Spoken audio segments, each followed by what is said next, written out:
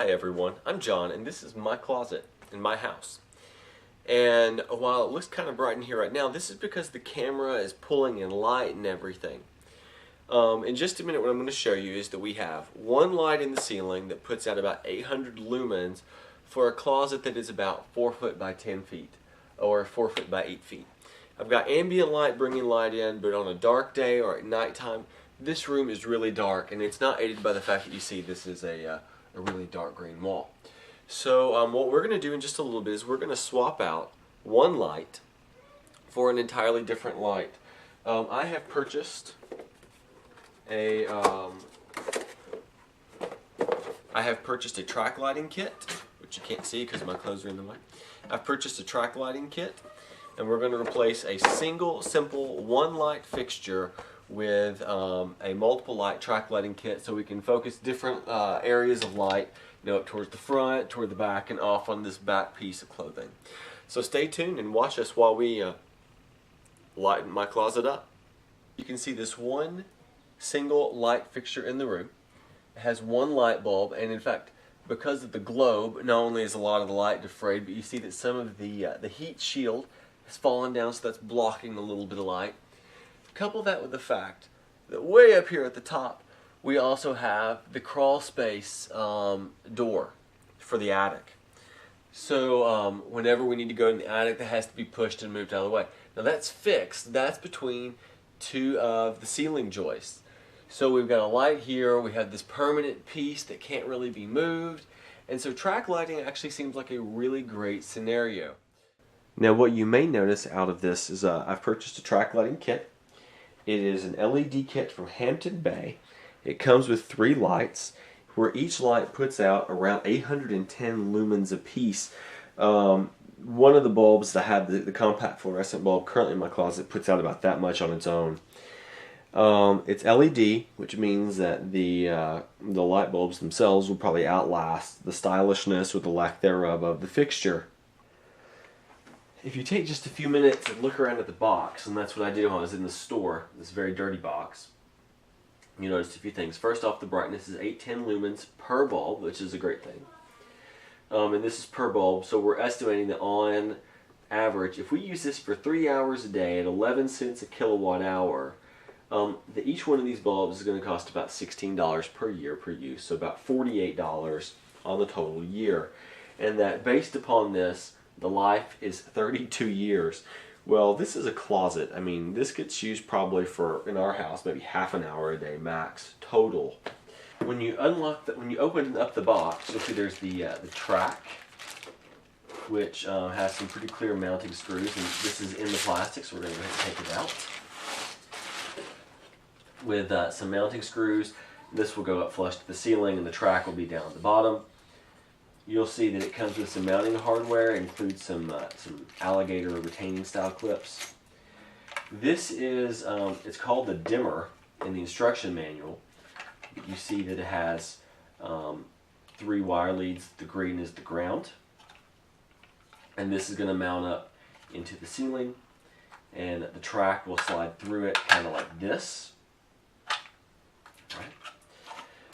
There were 3 of these, and I only pulled out one of them because it didn't really seem necessary to pull all of them out. And it's still in the plastic. Let's pull him out. Take a look there. That's one of the track lights, very nice and clean. Most importantly, the instruction manual. If you've never done this before, you should really read those instructions. While most people may laugh at this, I've been shocked with electricity enough times to know that you should go to your fuse panel, locate your master bath and closet. That's in our master bathroom, it's in our master closet. So we're going to find the breaker, and we're just going to flip this 20 amp breaker, because it is always better to be safe than sorry.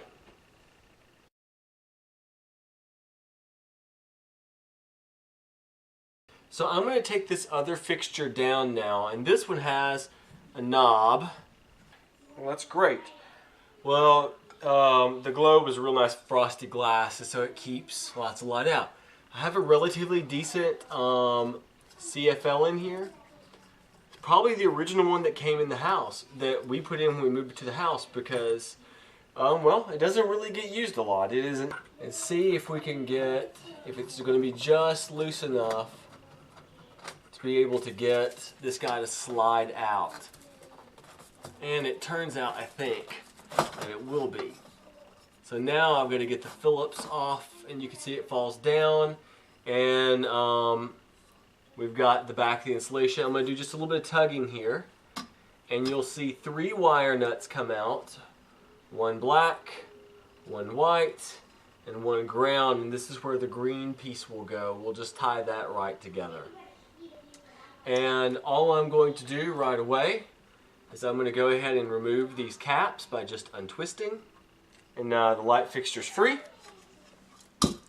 Just because I want to be Mr. Cautious. It's like a loaded gun. Electricity is, if this voltage isn't really too bad for you, it'll smart pretty good.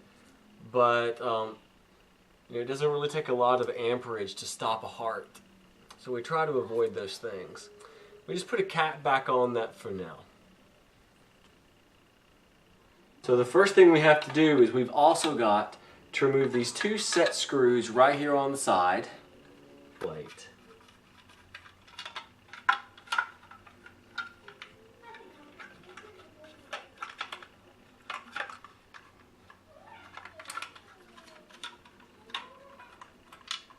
So there we have it. I've got the loose mounting plate with the cover right there, and we're also going to set those kind of off to the side.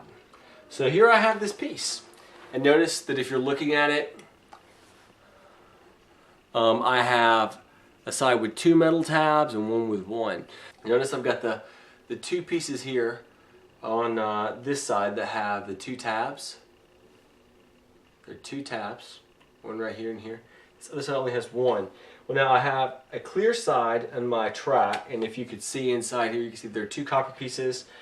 Well, just take your inset and put it in, and then twist it, and it locks into place. And from there on out, you can move this guy as you need to. That's really a very elegant solution. So I'm back up in my closet, and I'm thinking about where I want to do all this placement, this measurement. So if I'm looking at it, then I've got to kind of line it up, and it turns out that my box is perfectly over one of the spots. So I get to use the mounting anchors as one of the things. The dilemma is the other one is not. So I'm just going to put it right there and use my case to level it out a little bit. Then I'm going to mark a spot with a writing utensil. I'm going to use a standard drywall anchor.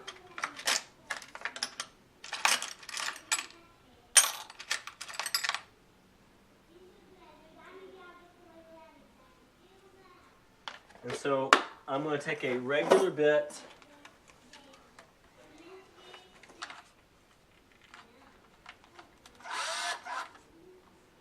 and my cordless drill,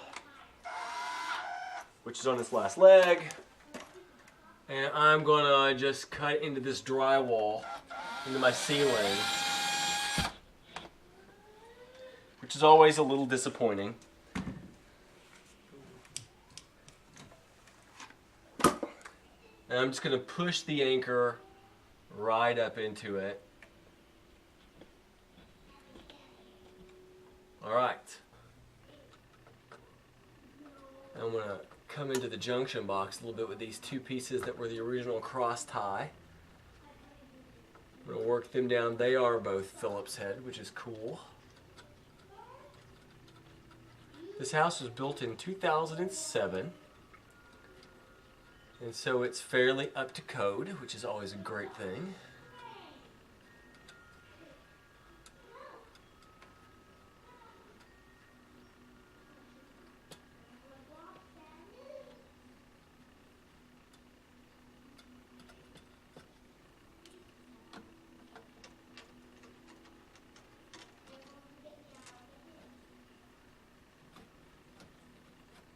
The junction box is of course tacked to one side, one of the studs.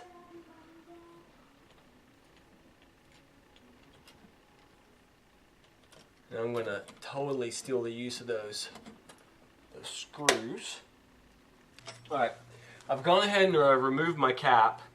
I know the bracket is going to mount like this. So what I want to do is I want to make the connections already above this. So I'm just going to pull this guy through here. I'm going to pull all these lines through this and try to make these connections above. So I've got my line caps. I'm going to go ahead and tie my green to my ground.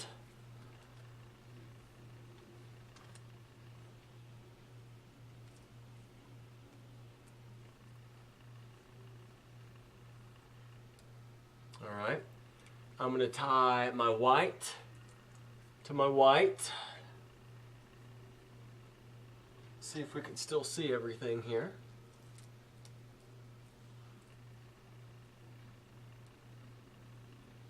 And the way that you know that these connections have been made well is when you're done, you tug and nothing comes really loose, which is great. And then this black, which I've already ran through, is going to go to the last of my blacks. The last of my loose wires, which is the black one. I'm going to twist it. And remember, this is all cool because I turned off the electricity earlier. So this is going to be where it gets a little fun, folks. What you have to do is you've got to push these up and back into this box. And it's okay to be a little rough on it. And then it's going to mount up just like this, nicely and smoothly. Make sure you have your 2 screws and your screwdriver.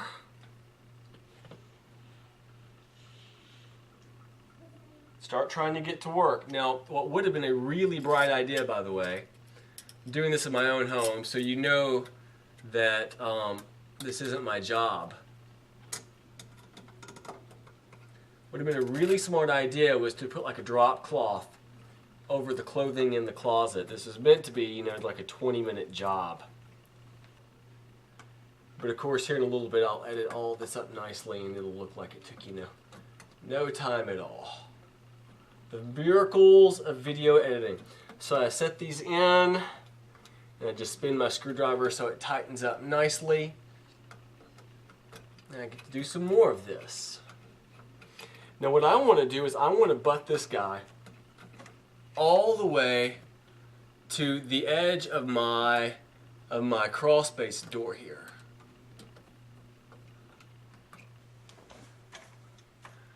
Here's the track.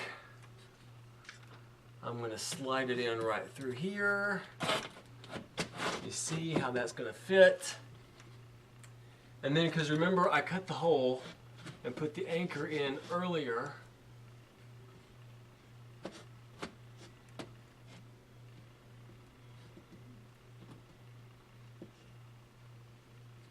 I leveled it out.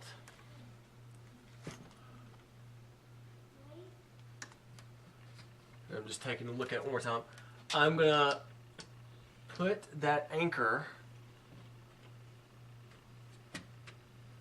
I'm going to put the anchor through and hold it in place. I'm going to put this in it, hold it in place just long enough to get my thumb out, to set the screw in it, and to kind of hold it in place for a minute here. Now I'm going to come back up to these 2 set screws that I loosened, snug them in so it holds this guy in place. And you got to do both sides, and you have a little bit of adjustment there so you can hold on to it. But this will keep it from moving, and you don't want to get them too tight because they could deform the frame. So now I'm going to tighten this the rest of the way back up, and it's holding into place very nicely. Now my job is to twist it the right way. And you've got to keep a mind of where the tracks are. So what I have to do is I have to insert this piece and then twist it like so. So I turned the 2 tabs we showed earlier, and now it's fit and in place. Then if you recall, we have this really cool mounting bracket which we're going to put back into place so it looks nice and sharp. So I've got 2 screws. I'm going to hold on to them. I've got a nice little caddy here, which is a backpack in my closet. And I'm going to hold one of these up, get it lined up.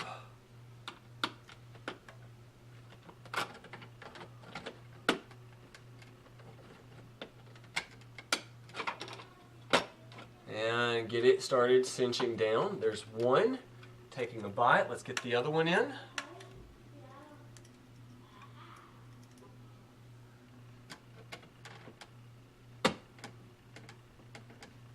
And now we have a lovely track lighting piece in place. Now here's where it gets kind of interesting. Now we get to start putting in the lights.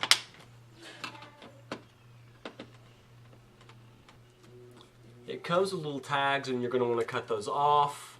They're the caution tags. I mean, really, who needs those? What you're going to have to do is you're going to have to look again and remember which side you have the two tabs. My two are over here, so what I have to do is I've got to stick my track lighting piece in and then just rotate in that direction. It locks into place, and now I can reposition the lights however I want to, and I'll probably want to put one over there. Alright, I've repositioned and rezoomed the camera a little bit so you can see me doing the same thing with the two remaining bulbs. And piece those guys in, redirect a little bit, and then last one. There we go. Now let's see the experiment. All right, so I've turned off the additional lighting. I have put the breaker back on, and now let's give it a shot. And nothing at all happened. That took a split second. That was weird. Let's do a little repositioning.